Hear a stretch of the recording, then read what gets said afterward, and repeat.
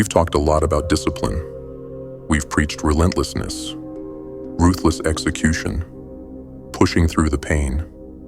And for good reason, because most people don't push at all. But today we take it deeper. Today we're not talking about brute force. We're talking about strategic discipline, the kind that lasts, controlled force, the kind of power that doesn't just burn hot, it burns long. Because if you want to win this game, it's not enough to go hard. You have to go smart. Let's get into it. They preach hustle like it's gospel. They glorify the grind like it's holy. They scream discipline like it's the cure for everything broken in your life. But they forget one thing. They forget the cost. Because if you push too hard for too long, you don't end up rich. You don't end up free. You end up broken, wasted in the ruins of your own ambition. Let's strip away the noise. Let's burn the false idols they built out of willpower and caffeine. Let's talk about what it really takes to reach the mountaintop. Not just to arrive there, but to survive the climb. And that begins with a bitter truth. Discipline alone is not enough. You are the rider, and your body and your mind, that's the horse. Your consciousness sets the direction. It's the part of you that dreams, that wants, that knows there's more to life than what you've been handed. But the horse is the engine. It's your biology, your psychology, your nervous system, your energy levels, your hormones, your habits, your thoughts, your body. And here's the paradox. You can command the horse, but you cannot abuse it. Imagine this. You're on a long journey. At the end of this path is wealth, freedom, power, everything you ever wanted. And in the beginning, the horse is full of energy. It charges down the road. You feel unstoppable. You fall in love with the speed, the momentum. You think, I've cracked it. This is it. I'll be rich in no time. But then, one day the horse slows down. Then it stumbles. Then it refuses to move. So what do? You whip it. You shout at it. You feed it motivational quotes and punish it for being tired. But the horse doesn't care about your ambition. It doesn't care about your vision board. If it breaks, the journey ends. This is where most people fall apart. Not because they're lazy, not because they don't want it badly enough, but because they never learned the real skill. Not the discipline to go hard every day, but the discipline to stop. They call it the discipline paradox because it feels like betrayal. We've been brainwashed to believe that rest is weakness, that if you're not grinding, you're falling behind, that slowing down is for the mediocre. So we push harder. We sacrifice sleep. We skip meals. We isolate. We throw every ounce of energy into the fire, believing it's noble. But here's the brutal truth. Burnout doesn't care how noble you were. You can't sprint through a marathon and becoming a millionaire. It's not a 30-day challenge. It's a 7-year war. A war against mediocrity. A war against your old self. A war against temptation. But most of all, a war against your own self-sabotage. Think of energy like currency. Every day you start with a full battery. But when you overwork today, you're not just spending today's energy. You're borrowing tomorrow's, and the day after, and the day after that. You're going into energetic debt. And just like financial debt, eventually the bill comes due. And when it does, it takes more than money. It takes your sanity, your health, your ability to focus, your will to continue. Let me ask you something. Have you ever woken up at 3 a.m., mind racing, solving problems that don't even exist yet? Have you ever pushed through sickness, exhaustion, emotional numbness, thinking that's what winners do? Have you ever felt that deep emptiness, like something inside you is just gone? That's not success. That's burnout. That's forced rest. That's your body saying, if you won't stop, I will make you. The great lie of this generation is that success is about more hours, more hustle, more sacrifice. But the truth is, it's about sustainability. Can you keep going without destroying yourself? Because the goal is not to collapse at the finish line. The goal is to arrive stronger than when you started. Clearer, smarter, wiser, more powerful. That's why we must rewire how we think about discipline. Real discipline isn't going hard. Real discipline is knowing when to pull back, knowing when to sleep, when to eat, when to disconnect, when to recover, so that when it's time to strike, you strike with power. Controlled rest is not a retreat. It's a strategic reload. It's stepping back to charge the weapon, to sharpen the blade, to recalibrate the mind. Because when the next battle comes, you don't want to be half dead from the last one. You see, the weak rest after they collapse. The strong, they rest before. They schedule it. They plan for it. They protect their engine. Because they know, if the engine dies, the empire dies with it. And here's what no one tells you. If you learn this now, if you master this paradox before it breaks you, you won't just be rich. You'll be resilient. You'll be the one who outlasted them all. While the others crash, quit, or fade, you'll still be moving. Because you treated your body like the vehicle to freedom, not a slave to be whipped. Let them mock your rest. Let them laugh at your silence. Let them run full speed toward their own breakdown. We don't move like them. We don't burn out for applause. We're in this for the long haul, for legacy, for generational wealth, for sovereignty. And that path, that long, ruthless, rewarding path, belongs to those who respect the ride. So when you feel exhausted, listen.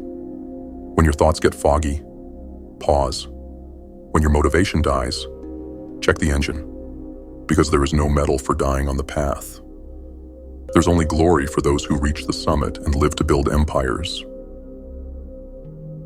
Lesson 1. Reprogramming your definition of discipline.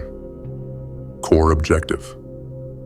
Destroy the toxic idea that discipline means constant motion, pressure, or suffering. Rebuild a new definition that centers on strategic sustainability. Because here's the truth. Discipline is not about pushing yourself 24/7. Discipline is about directing your energy wisely over time. It's not go hard every day. It's stay in the game long enough to win. Until you rewrite your internal script, your behavior will continue to reflect outdated and destructive models of grind culture. Part 1. What you were taught, the false discipline doctrine. Most of us were raised on toxic motivation. You sleep, you lose. No pain, no gain.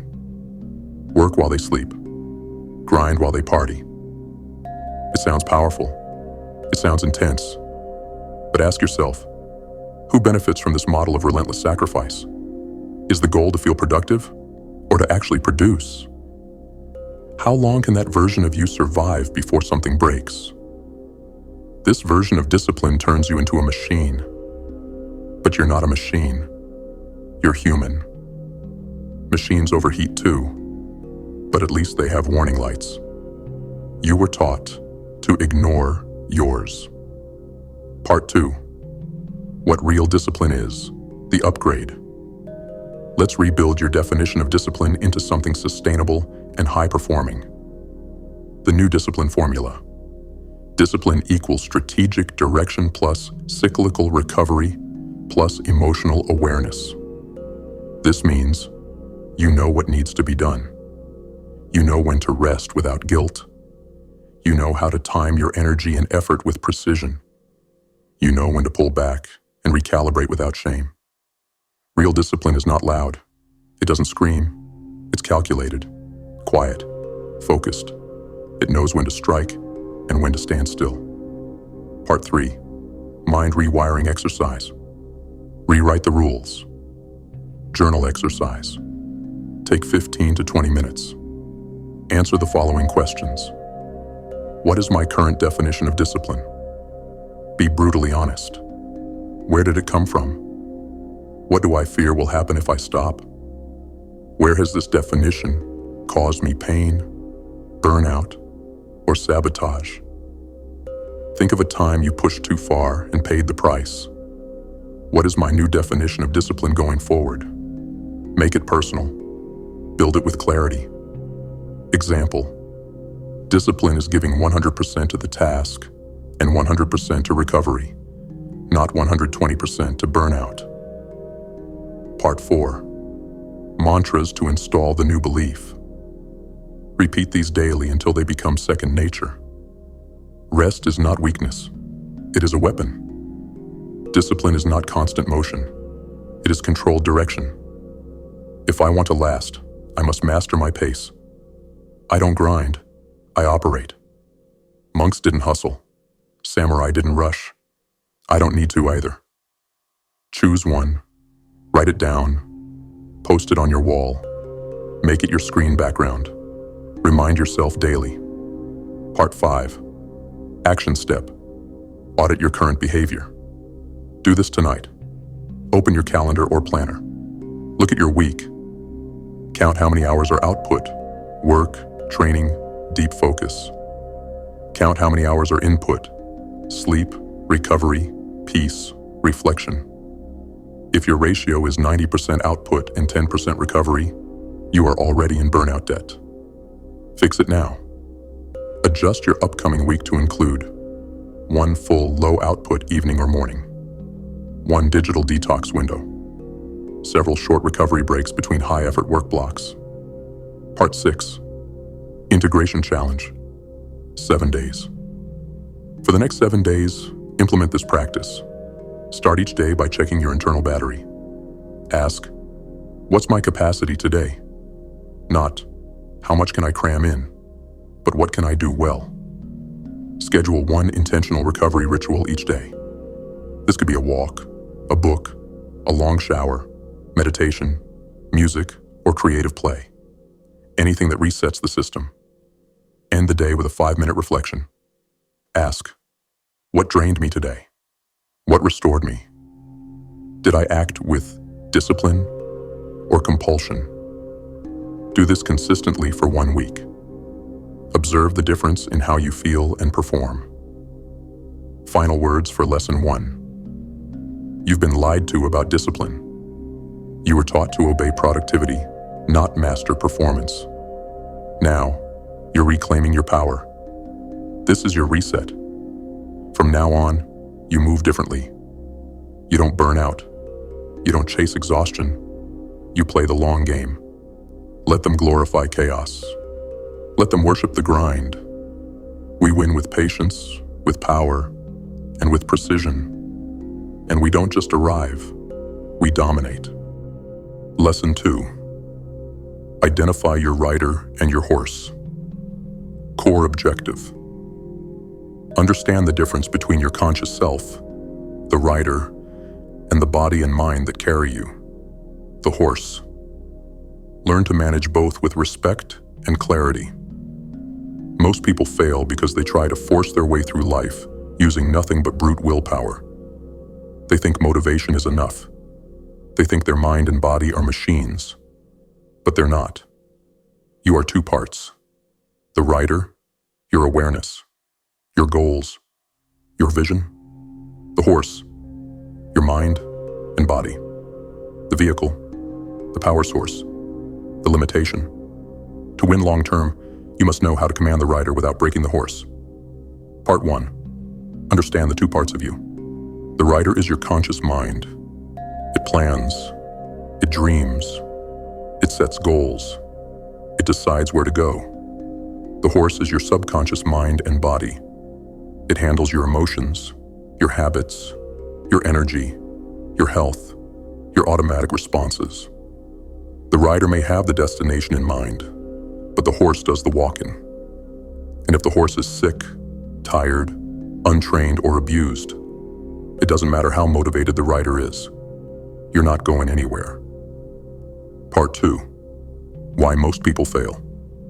Most people either ignore the horse, they whip it, force it, starve it, treat it like a slave. Eventually it collapses and they burn out. Let the horse lead. They surrender control to emotion, comfort, and habit. They wander in circles and never get anywhere meaningful. Success demands a third way.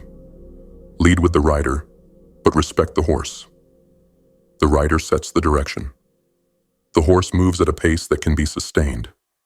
This is mastery, and it begins with awareness. Part 3. Daily awareness practice. Start developing your internal communication. Each morning, take 5 minutes and ask yourself, what is my horse telling me today? Am I rested? Energized? Calm? Am I forcing myself to perform or preparing myself to perform? Each evening, ask yourself, did I treat my horse with care today? Did I ask too much and give too little back? What signals did I ignore? These questions may seem simple, but over time, they will train you to recognize burnout, misalignment, and energy leaks before they destroy your progress. Part 4. Commanding without crushing. The rider must be firm, but not cruel. You need a standard, a direction, a goal. But you cannot force the horse beyond its limits without consequence. Leadership is not domination. It is cooperation. So start asking, what kind of food fuels me best? What kind of sleep restores me most? What habits deplete me even when I'm being productive? What environments uplift or drain me? This is not soft. This is strategy. You don't bring a racehorse to the battlefield. You train a war horse to endure the long campaign. Part 5. Set boundaries between rider and horse. Most burnout comes from confusion between goals and capabilities. You expect the horse to perform like a machine just because your rider wants results now. You need to set boundaries like no caffeine after a certain hour, no screen time in bed, no skipping meals to hit deadlines, no stacking work sprints back-to-back without a break. These rules are not restrictions. They are agreements between the rider and the horse, and they keep both parts of you operating at full capacity. Part 6. Integration Challenge, 7 days. For the next 7 days, implement this practice. Spend 2 minutes every morning checking in with your horse. Ask, how do I feel? What do I need today?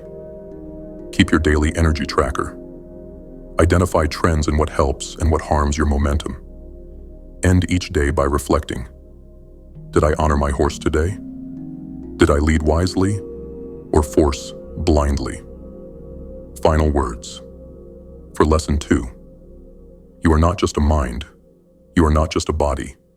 You are a fusion, a commander with a vehicle. Your vision will carry you far, but your body and your mind are the only vessel you get. And if you destroy them in the name of discipline, you'll never reach the finish line. Learn to lead. Learn to listen.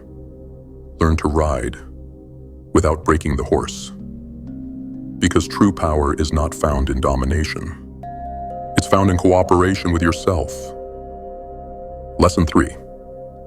Detecting early burnout signals. Core objective.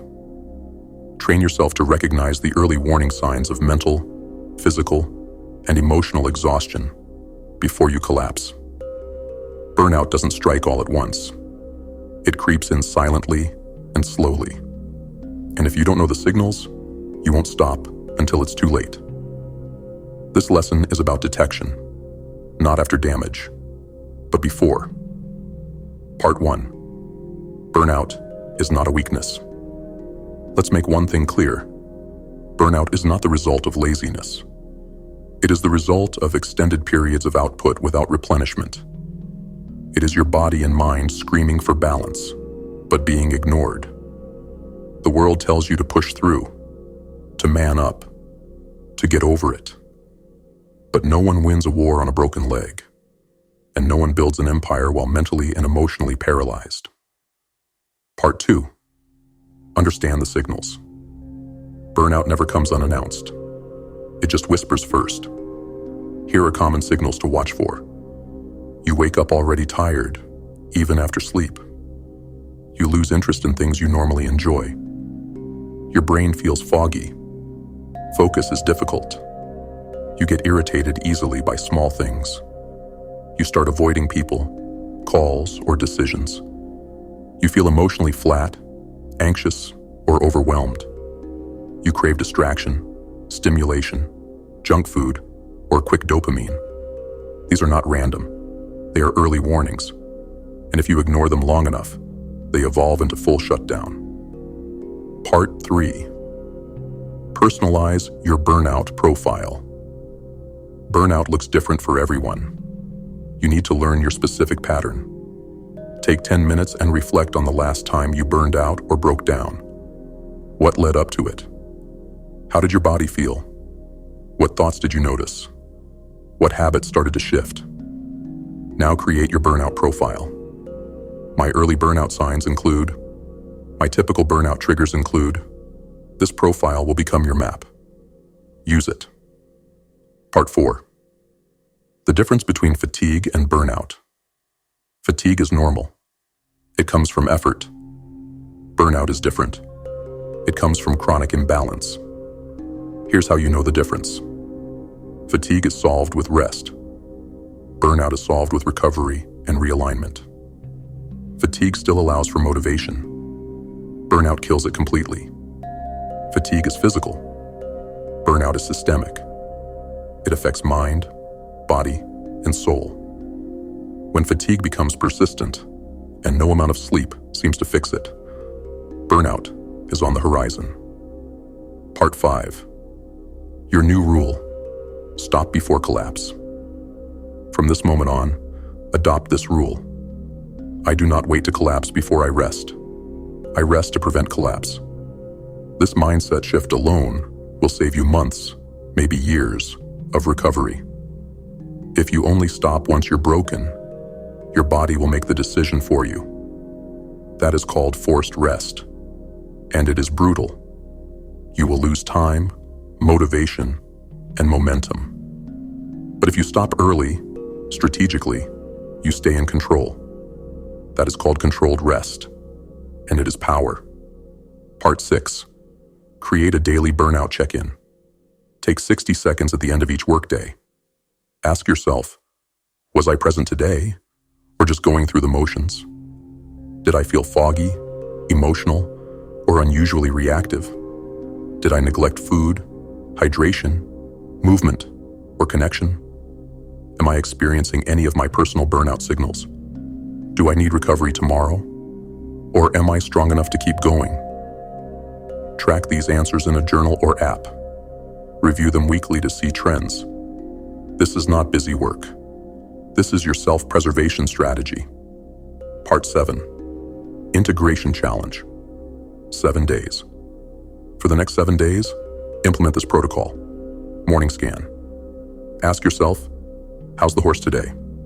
Am I rested, sharp, and motivated, or running on fumes? Midday break. Schedule a 15-minute pause at the halfway point of your day. Step away. No screens, no inputs. Just observe how you feel. Evening audit. Review your burnout signals. Write one line about how you feel, and adjust your next day accordingly. You are not weak for resting. You are smart for noticing early. The warrior who sees the ambush before it strikes wins. Final words for Lesson 3. Burnout is not a badge of honor. It is not proof of your commitment. It is not required for greatness. It is a symptom of imbalance, a product of ignoring the horse. You are here to win long-term, to stay dangerous, to stay sharp, to stay focused. And that only happens when you have the wisdom to pause before the breakdown and the power to choose recovery before the collapse. This is not softness. This is strategy. This is self-command. And this is how you take control of your future. Lesson 4. Controlled rest versus forced rest. Core objective. Learn to rest by choice, not by collapse. Controlled rest is intentional and empowering. Forced rest is chaotic and destructive. The most disciplined people in the world are not those who push the hardest, but those who know when to stop and how to recover without guilt. This lesson teaches you how to integrate recovery into your life as a high-performance tool, not as a last resort when burnout takes everything from you. Part 1. The lie about rest.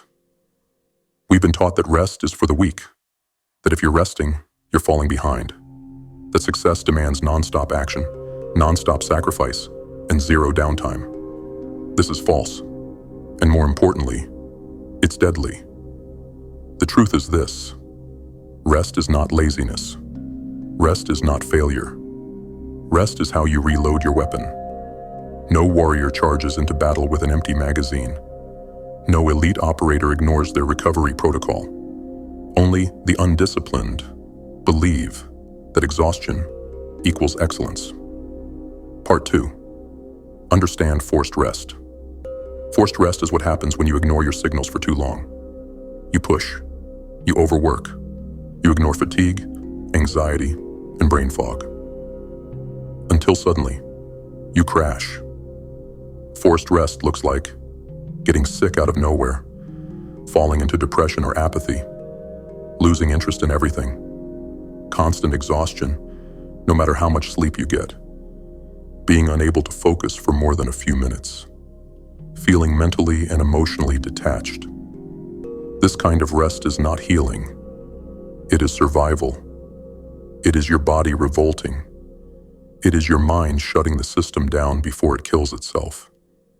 You don't want this. It is slow, hard to recover from, and often leaves emotional damage in its wake. Part 3. What is controlled rest? Controlled rest is the opposite. It is chosen and strategic. It is built into your week, your workflow, and your identity as a high-functioning human being. Controlled rest is scheduled recovery time, low-stimulus activities to reset your nervous system, time for reflection, solitude, reading, or creativity. Restoration before the collapse, guilt-free and intentional. It doesn't cost you momentum. It preserves your momentum, and it builds the internal strength to perform consistently over time. Part 4. Learn to plan. Rest like you plan work. If rest is not on your calendar, it won't happen. And if it doesn't happen, burnout becomes inevitable. Begin by asking, when is my energy naturally lowest during the week? What activities feel restorative to me? How do I know when I need to step back? Now choose one full day per week where you do not push. Use this day to recover your mental and emotional reserves. Avoid deep work. Avoid long to-do lists.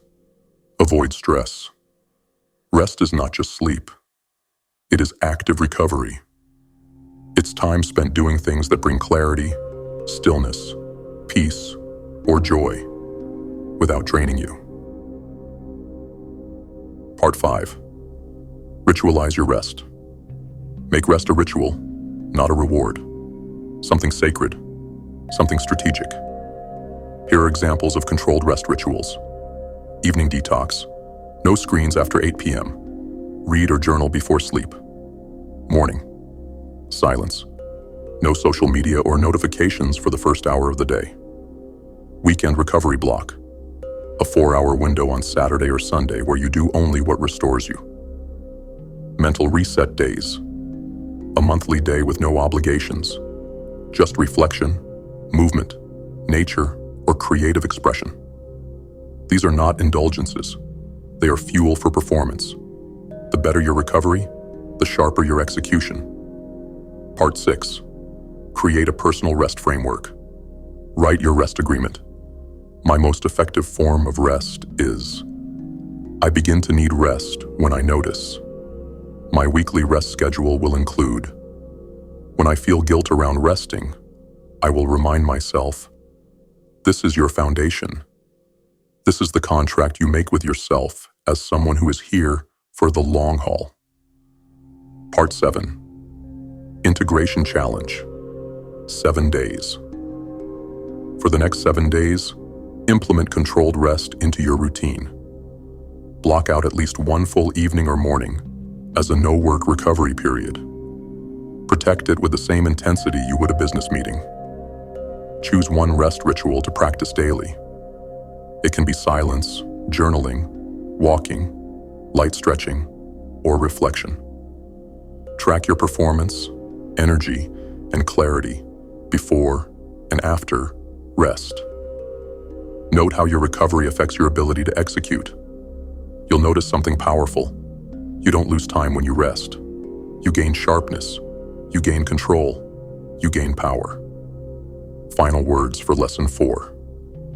Rest is not the enemy of greatness. Rest is its requirement. You were not made to run until you collapse. You were made to move with intention and recover with wisdom. Let others burn out trying to prove something. Let them collapse in the name of discipline. You will move differently. Because you know the truth.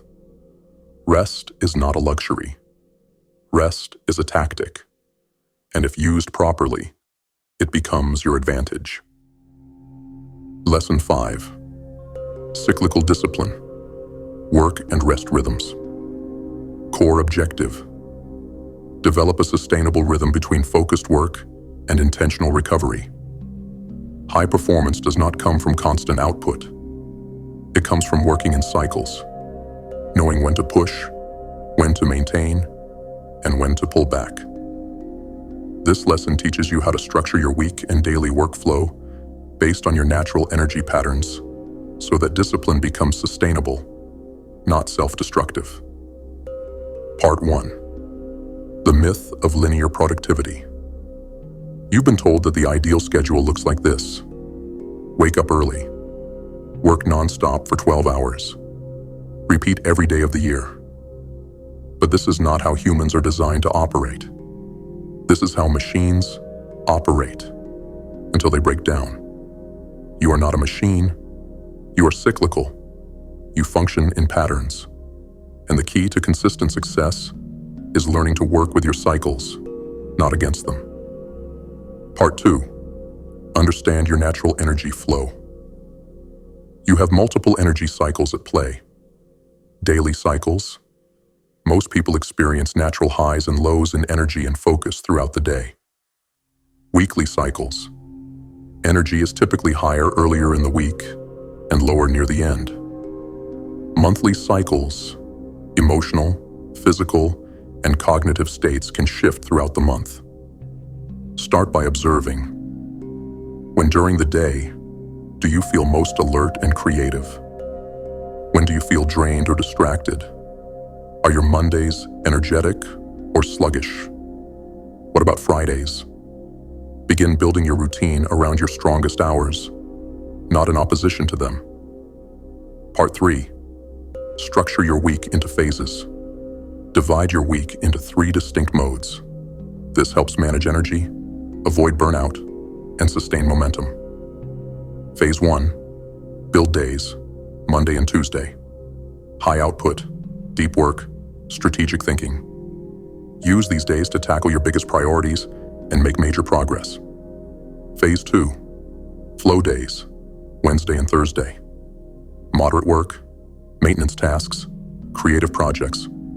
Focus on steady momentum without pushing to the limit. Phase 3. Recovery days, Friday to Sunday. Rest, reflection, low-pressure tasks, planning. Use this time to recharge and realign. This structure creates rhythm. It balances intensity with intention. It honors the discipline paradox by pacing your power. Part 4. Use the ultradian rhythm for daily output. Humans function best in focused bursts, not long, uninterrupted marathons. This is known as the ultradian rhythm. Work in 90-minute blocks. Rest for 15 to 30 minutes between blocks. During those breaks, move your body. Hydrate. Breathe. Step away from screens. Every focused sprint should be followed by a full disengagement. This restores your mental sharpness and protects against fatigue buildup. Part 5. Respect the cycle. Cyclical discipline means you go hard when you're strong. You coast when you're average. You recover when you're drained. This is not weakness. It is elite-level self-management. Discipline is not about staying at 100% every day. It's about learning how to operate at 80% consistently, rather than crashing from trying to hold 120%. Let the others burn out on Monday and crawl through Friday. You will move with intention, every step of the way. Part 6. Integration Challenge. 7 days. For the next 7 days, implement cyclical discipline using this protocol. Track your energy hourly for 3 days. Write down your alertness and mood from morning to night. Identify peak performance windows. Break your day into 90-minute work blocks. Use a timer. After each block, step away for 15 to 30 minutes before returning. Redesign your weekly schedule based on output levels. Plan Monday and Tuesday for intensity. Reserve Friday to Sunday for low output or recovery work. End each day by rating your energy and focus, 1 to 10. Adjust your workload based on these trends. By the end of the week, you'll have a clear map of when to push, when to pause, and how to sustain performance without burnout. Final words for Lesson 5. Discipline is not static. It flows. It breathes. If you try to operate like a machine, you will break like one. But if you learn your cycles, master your rhythm, you will become unstoppable. Work when you're sharp. Recover when you're drained. Repeat with intention. Because this game is not about speed. It's about stamina. And those who master cyclical discipline don't just survive, they dominate. Lesson 6. Stop borrowing energy from the future. Core objective. Recognize and eliminate the hidden habit of overextending your mental and physical energy. Learn to manage your daily, weekly, and monthly output in a way that prevents energetic debt, a state of depletion that destroys motivation, consistency, and clarity. This lesson is about sustainability.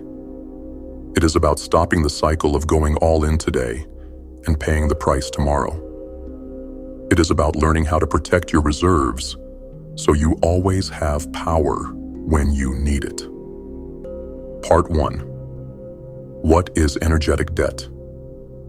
Energetic debt happens when you use more mental, physical, and emotional energy than you can replenish in a given cycle. It's like borrowing money on a credit card. You get the surge today, but you pay interest tomorrow. Eventually, the balance becomes unmanageable. Your body and mind operate the same way. Examples of energetic debt include working late and sacrificing sleep repeatedly, pushing through illness or stress without recovery, ignoring your emotional needs to appear productive, living in survival mode for weeks without a break. It may work for a while, but eventually you crash, and the recovery takes far longer than the original output. Part 2. Spot the signs of energy borrowing. Here are common indicators that you are spending energy you do not have. You feel drained before the day even begins. You begin resenting your work or relationships. You start fantasizing about escape or disappearing. You rely more on caffeine, sugar, or stimulants. You experience low motivation, apathy, or anxiety for no clear reason. You feel guilty during downtime because it reminds you how empty you are. These signs reveal that you are borrowing from your future self. If you continue, you will not just lose productivity, you will lose connection to yourself. Part 3. Understand energy as a budget. Think of your energy like a bank account. Every day, you wake up with a balance. Every task, conversation, decision, and stressor makes a withdrawal. Rest, nutrition, joy, movement, and silence make deposits. When you overdraw your account, your performance suffers. Your creativity dies. Your resilience vanishes. Your health declines. High-level performers are not the ones who spend the most. They are the ones who manage their energy the most effectively. Part 4. Stop overworking. Through crisis thinking. One of the most damaging habits is telling yourself, I just need to get through this week. After this project, I'll rest. This is just a busy season. That season becomes months, then years. And one day, your body pulls the emergency brake. You must stop waiting for the storm to end. You must learn to build shelter in the middle of it. The longer you delay rest and recovery, the longer the repair process becomes. Eventually, you lose more time than you ever saved. Part 5. Build an energy deposit system. Your energetic wealth depends on what you do to replenish. Here are high-impact energy deposits. Deep sleep, 7 to 9 hours per night consistently. Clean nutrition and hydration. Regular movement, not just intense workouts. Intentional silence and solitude. Gratitude or journaling practices. Low stimulation, joyful experiences, e.g., walking, hobbies, reading, meaningful conversations and relationships. Schedule these deposits into your calendar the same way you schedule work. Energy is not automatic. It is earned through intentional investment. Part 6. Integration Challenge. 7 days. For the next 7 days, use the system to manage your energy. Create your personal energy budget. List all tasks and assign a weekly cap based on your capacity. Track your daily energy spending. Reflect each evening. Where did I spend too much? Where did I invest wisely? Plan 2 major energy deposits this week. These should be immersive, restorative, and non-negotiable. Catch yourself when you borrow from the future. If you overextend, reduce the load the next day. Do not double down. Final words for Lesson 6. You cannot become your future self by draining your present self. You cannot build wealth, power, or purpose on energetic bankruptcy. Those who win this game are not the ones who fight hardest every day. They are the ones who manage their power over years without collapsing. Protect your reserves. Honor your limits. Invest in recovery with the same fire you invest in execution. Because true discipline is not about how much you can give. It's about how well you preserve the parts of yourself that allow you to keep giving. Lesson 7. Integrate the rest ritual. Core objective. Normalize recovery as a structured, non-negotiable part of your routine. Rest should not be a reward after burnout. It should be a built-in ritual that protects your performance, sharpens your mind, and sustains your discipline over time. This lesson is about habitual restoration. You will learn how to ritualize rest so it becomes part of your identity, not something you earn through suffering. Part 1. Rest is a ritual, not a reward. Most people treat rest like a finish line. They tell themselves they can only stop when everything is done, when the project is complete, when they've hit their goal, when they've proven themselves. But everything is never done. There's always more. And if you only rest at the edge of collapse, you'll never recover fully. You'll just survive in cycles of breakdown and recovery. The solution is to ritualize rest, to make it as consistent as brushing your teeth, eating a meal, or preparing for a meeting. Not optional, not emotional, just part of the system. Part 2. The cost of neglected recovery. Failure to ritualize rest leads to chronic fatigue, even after sleep, emotional numbness or agitation, mental fog and inconsistent focus, lack of creativity, excitement or motivation, escapism through food, social media, or substances, shallow reactive decision-making, long-term breakdowns that require forced rest. You cannot build a life of strength, power, and clarity if your nervous system is stuck in survival mode. If you want to execute with precision, you must build recovery into the blueprint, not hope to find it when things slow down. Part 3. Define your recovery preferences. Rituals only work when they are personalized and repeatable. Not all rest is equal. Scrolling on your phone is not recovery. Neither is watching chaotic media or over-consuming food. To build a rest ritual, ask yourself, what actually restores my body and mind? What calms my nervous system without numbing me? What activities feel peaceful, grounding, or life-giving?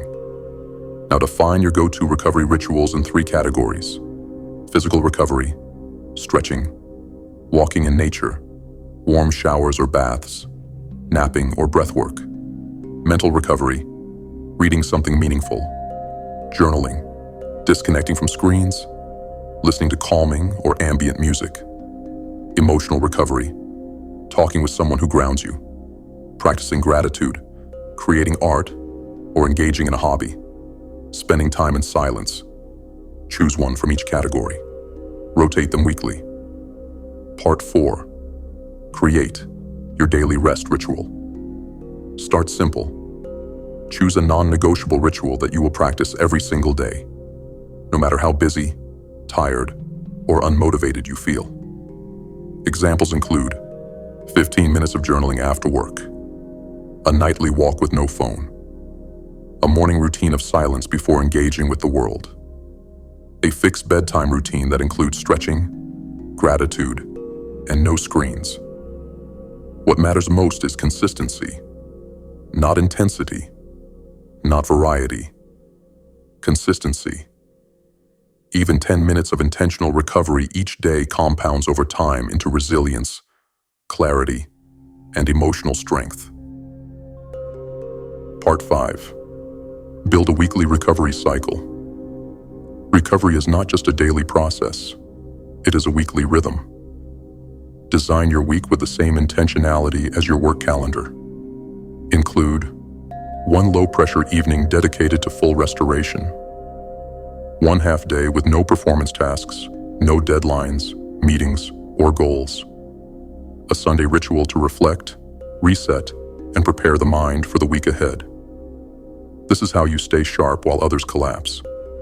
You do not just move fast, you move with rhythm, strategy, and longevity.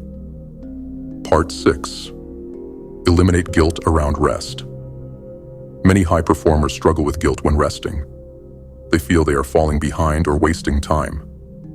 This mindset is not strength. It is internalized self-abuse, disguised as ambition. To reframe this guilt, use these affirmations. Rest is how I rebuild power. Every moment of true rest sharpens my next move. I rest because I'm building for the long term, not sprinting for validation. Slowing down is not stopping, it's refueling. Repeat these daily. Write them down. Speak them aloud when guilt rises. Make them part of your mental operating system. Part 7. Integration Challenge. 7 days. For the next 7 days, implement the rest ritual into your routine. Choose a daily ritual and commit to it without fail. Example: 15 minutes of evening journaling or a 30-minute nature walk. Block one recovery evening this week. No work, no stimulation, just intentional restoration. Plan your next Sunday ritual. Reflect on what worked, what didn't, and how you feel. Adjust your recovery system as needed. Monitor how you feel before and after each ritual. Record your clarity, emotional state, and energy. Observe the impact. Final words for Lesson 7. Rest is not a reward for pain. It is not the final step after exhaustion. It is the ongoing practice that keeps you focused, calm, creative, and dangerous. The most disciplined people are not the ones who work the longest.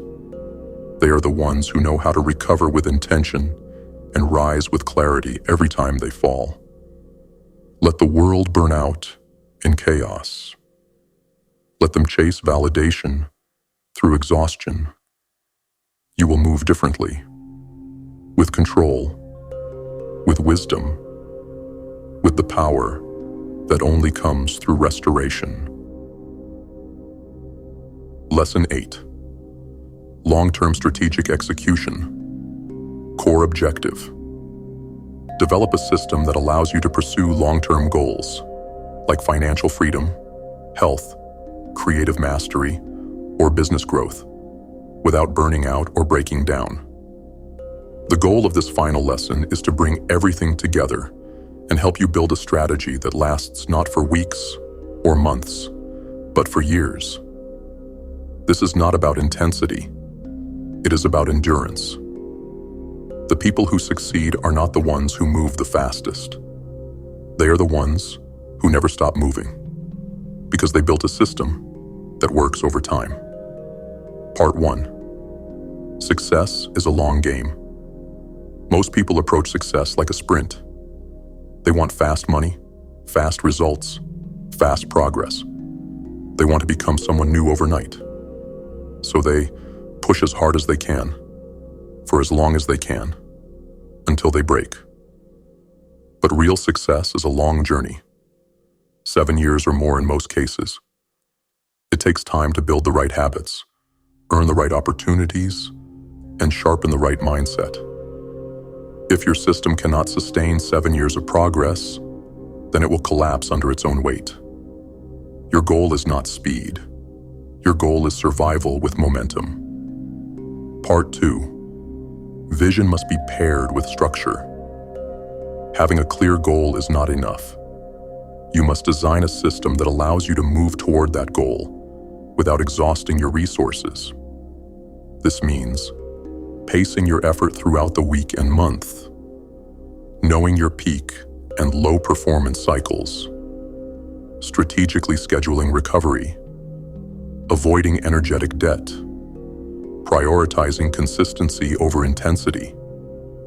A 7-year goal requires a 7-year operating system, and that system must be structured to survive failure, fatigue, and real life.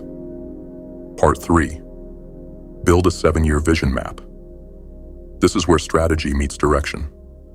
Write out your long-term target and reverse engineer the path. Step 1. Define the outcome. What does your life look like 7 years from now? What does success look like in finances, health, relationships, skill, or impact? Step 2. Identify the categories of growth required. Skill sets to develop. Habits to master relationships. To nurture resources. To accumulate challenges to overcome. Step 3. Break it into yearly phases. Year 1. Foundation. Learning, building habits. Year 2. Early traction. Skill development.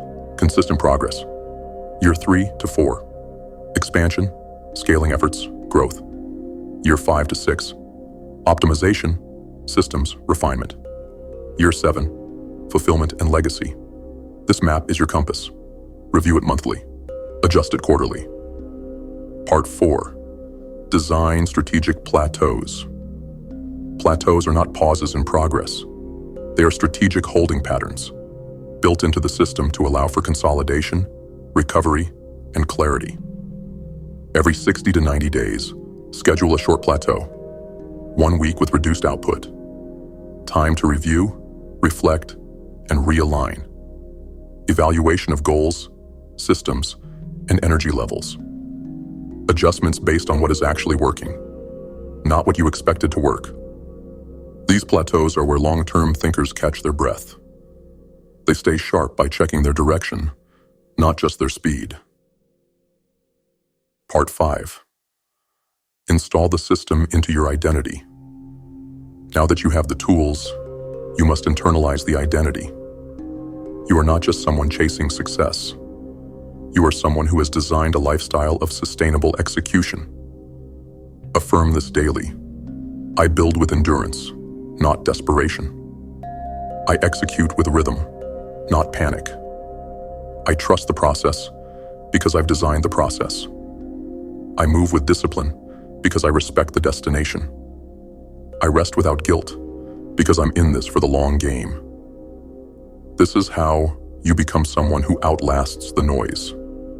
This is how you make execution a part of who you are, not just what you do. Part 6. Integration Challenge. 30 days. For the next 30 days, begin installing long-term strategic execution into your life. Create a 7-year vision map. Break it down by year. Highlight your current phase. Design a weekly rhythm that reflects your current capacity. Include peak effort days, flow days, and recovery time. Schedule your first strategic plateau. Choose a week in the next 90 days for review and recalibration. Conduct your first full weekly audit. Note your wins, losses, and what needs adjusting. Adopt a daily recovery ritual. Treat it as part of your success system, not a bonus. This is no longer about potential. It is about systematic transformation. Final words for Lesson 8. This is where it all comes together. The discipline paradox is not about working less. It is about working smart, sustainably, and with precision over time. You now know how to respect your energy, read the early signals of burnout, design controlled rest, build in cycles, protect momentum, and anchor your life to a system that will carry you for years. You are no longer chasing highs. You are no longer running on fumes. You are moving like a builder, like a strategist, like a force that cannot be stopped because it never burns out. Let others sprint into exhaustion. You will rise with discipline. You will endure with clarity. You will win with time. To the returning GrimFace warriors, thank you. You already know what this is. You've chosen the path of pain, purpose, and power, and you keep showing up, scarred, sharpened, and unshaken. To those new to this fire, if you felt something here, something real, this is your call. Subscribe to the GrimFace movement. This isn't motivation. It's war prep for those who refuse to die ordinary. We don't follow trends. We don't beg for comfort. We rise. We build. We endure. GrimFace is not just a channel. It's a mindset. Welcome to the resistance.